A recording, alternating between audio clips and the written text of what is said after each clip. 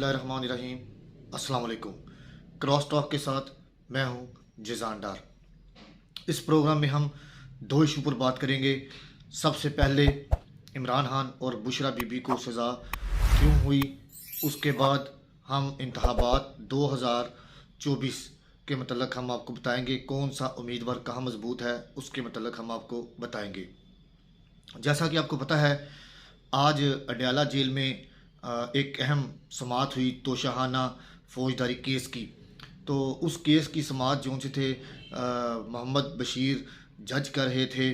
उन्होंने इमरान खान और बुशरा बीबी को 14 साल की सज़ा सुनाई और 10 साल के लिए दोनों को नहल किया और दोनों को 1 अरब 57 करोड़ रुपया जुर्माना आयद किया।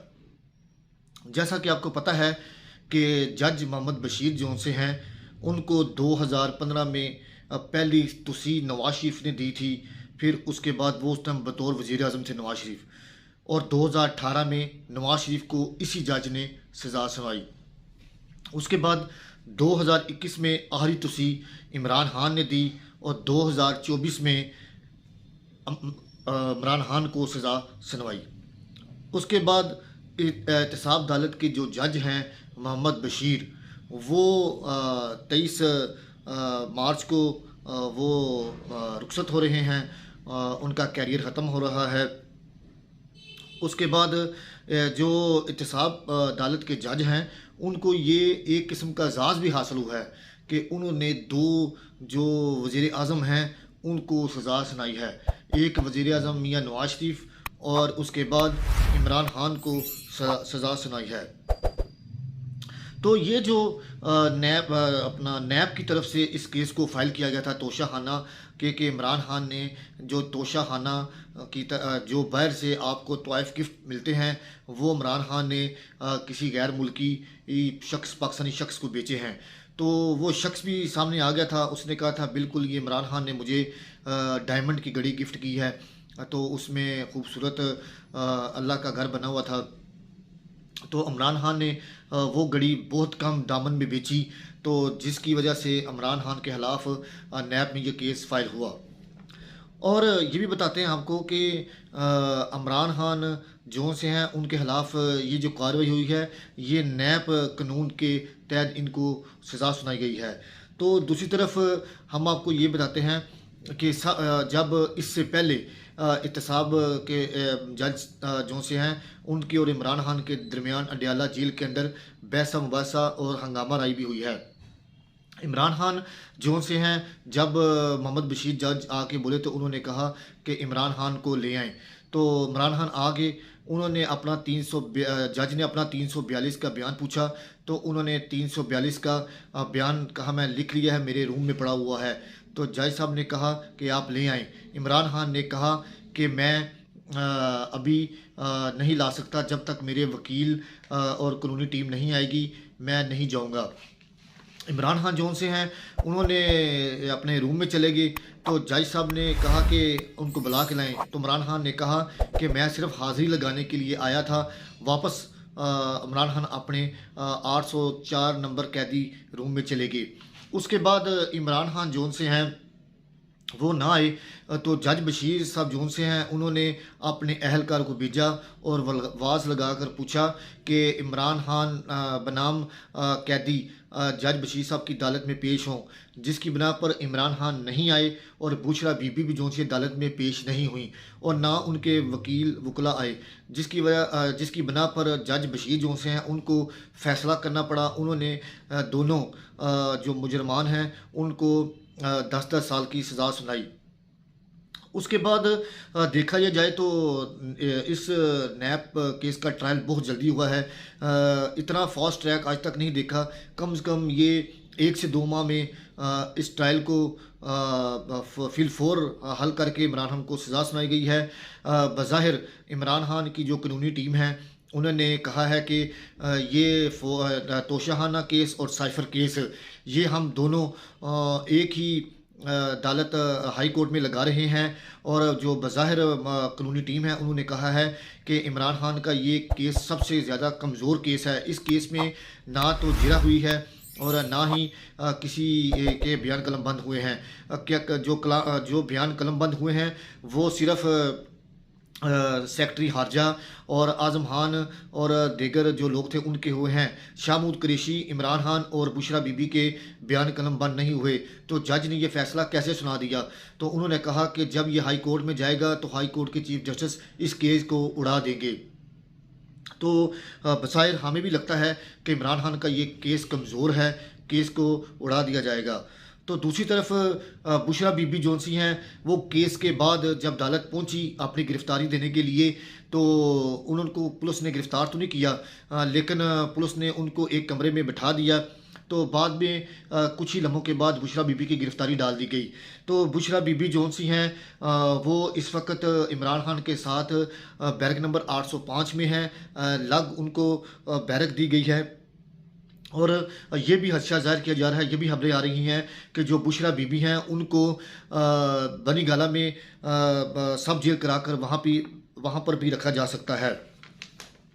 यहाँ पर सबसे अहम बात यह है कि अडयाला जेल में एक डीआईजी जेल खाना जात की तरफ से एक लेटर वसूल हुआ है कि वहाँ पर अडयाला जेल को बम से उड़ाया भी जा सकता है। तो डीआईजी जो से हैं उन्होंने कानून नाफिज करने वाले इदारों और रावलपिंडी पुलिस को ये लेटर से आगाह कर दिया है, इस हद से आगाह कर दिया है कि इसकी सिक्योरिटी सख्त की जाए। जेल अडयाला जेल की जो सिक्योरिटी है उसके आस-पास अतराफ़ जितने भी मोरहल इलाके हैं वहाँ पर सिक्योरिटी बढ़ा दी गई है। किसी भी नाखुशगवार वाक़या को देखते हुए वहाँ पर फ़ौज भी और रेंजर भी उस इलाके को घेरे हुए है। तो अब ये देखना ये है कि बुशरा बीबी जोनसी हैं, अब उनका तिबी मुआयना तो कर लिया गया है। तो बुशरा बीबी जोनसी हैं, अभी तो उनको फ़िल वक़्त जेल में ही रखा हुआ है। तो बैरक नंबर 805 में हैं वो, और इमरान खान बैरक नंबर 804 में हैं। तो शाह महमूद कुरैशी जोनसी हैं वो बैरक नंबर 806 में हैं। तो ये तीनों कैदी वहाँ पर तो हैं, लेकिन अब ये देखना है कि कई जमातें जोनसी हैं उन्होंने इस में खुशी तो नहीं की, उसमें गमी का इजहार किया गया है। पाकिस्तान मुस्लिम नून की मरियम नवाज़ जोनसी हैं, उन्होंने कहा कि मुझे भी अपने वालिद के सामने गिरफ़्तार किया गया और मैं 5.5 माह अडयाला जेल काट कर आई थी। तो मेरे लिए भी ये एक बड़ा सख्त अमल था, लेकिन फिर भी मैंने बर्दाश्त किया। हमने जेलें बर्दाश्त की, हमने जुल्म बर्दाश्त किए, लेकिन ये कुदरत का निज़ाम है, ये हर एक ने भुगतना है। अब दूसरी तरफ ये देखना है कि लाहौर इस्लामाबाद हाई कोर्ट में इस केस को इनकी जो पीटीआई की कानूनी टीम है वो इसको ले तो जा चुकी है, लेकिन अभी तक केस लगने के इम्कानात नज़र नहीं आ रहे। दूसरी तरफ हम आपको ये भी बताते हैं कि यहाँ पर इंतखाबात 2024 के मतलब बताते हैं कि कौन सा कैंडिडेट कौन से हल्के में ज़्यादा मजबूत है। NA-47 का हल्का है इस्लामाबाद। यहाँ पर पाकिस्तान मुस्लिम नून के तारक फजल चौधरी खड़े हैं और दूसरी तरफ मुस्तफ़ा नवाज़ खोखर ये पीपल पार्टी के सीनियर रहनुमा भी थे और सेनेटर भी थे। इन्होंने सेनेटरशिप से इस्तीफ़ा दे दिया। अब ये ज़ात हैसियत से हैं और ये एक लॉबी है शाहिद हक्कान बासी, मुस्तफ़ा नवाज़ खोखर और उसके बाद मुफ्ता इस्माइल। ये एक पार्टी भी बनाने जा रहे हैं, लेकिन अभी तक इन्होंने कोई फ़ैसला नहीं किया। लेकिन तारक फजल चौधरी जो से हैं उन्होंने नवाज शरीफ के दौर में और शहबाज शरीफ के दौर में काफ़ी वहाँ पर इस्लामाबाद में काम भी करवाए हैं और वहाँ तारक फजल चौधरी अपने हल्का में काफ़ी मजबूत नज़र आते हैं। लेकिन मुस्तफ़ा नवाज़ खोखर को पीटीआई के रहनुमाओं की भी वहाँ पर सपोर्ट हासिल है और उसके बाद वहाँ पे जो कारकुन हैं वो भी इनको सपोर्ट कर रहे हैं। लेकिन बज़ाहिर तारक फजल चौधरी जो से हैं वो काफ़ी मजबूत नज़र आ रहे हैं। उसके बाद NA-52 रावलपिंडी का हल्का है। यहाँ पर राजा मोहम्मद जवेद हलास ये पाकिस्तान मुस्लिम नून के कैंडिडेट हैं और दूसरी तरफ पीपल पार्टी के राजा परवेज़ अशरफ ये स्पीकर भी हैं नेशनल असम्बली के, लेकिन ये इलेक्शन भी लड़ रहे हैं। राजा परवेज़ अशरफ जोन से हैं, ये इतने मजबूत तो नहीं हैं, लेकिन राजा मोहम्मद जवेद जोन से हैं वो काफ़ी नवाज शरीफ के करीब भी हैं और इनका वहाँ पर काफ़ी बैंक वोट भी है। लेकिन राजा परवेज़ अशरफ जोन से हैं वो भी अपना नेशनल असम्बली का फ़ायदा उठाते हुए वहाँ पर वोट ले सकते हैं, वहाँ पर इलेक्शन को अपसेट कर सकते हैं। लेकिन राजा मोहम्मद जवेद हलास जो से हैं वहाँ पर काफ़ी मुकाबला सख्त कर सकते हैं और राजा परवेज़ से कुछ किस दे सकते हैं। उसके बाद हम चलते हैं NA-53, ये भी रावलपिंडी का हलका है। यहाँ पर राजा कमरुल जो से हैं वो नून लीग के कैंडिडेट हैं। उनके बंदे मुकाबल चौधरी निसार अली खां। चौधरी निसार अली खां को कौन नहीं जानता। चौधरी निसार अली खां ज़्यादा सीट से इलेक्शन लड़े हैं। चौधरी निसार अली खान को वहाँ पर तमाम लोगों की सपोर्ट हासिल है, चाहे वो कोई भी जमात हो उसकी सपोर्ट हासिल है। चौधरी निसार अली खां पाकिस्तान मुस्लिम नून में थे पहले और साबका वज़ीर दाखिला भी थे। तो चौधरी निसार अली खान कुछ रंजिशों की बायस पाकिस्तान मुस्लिम नून को छोड़ चुके हैं।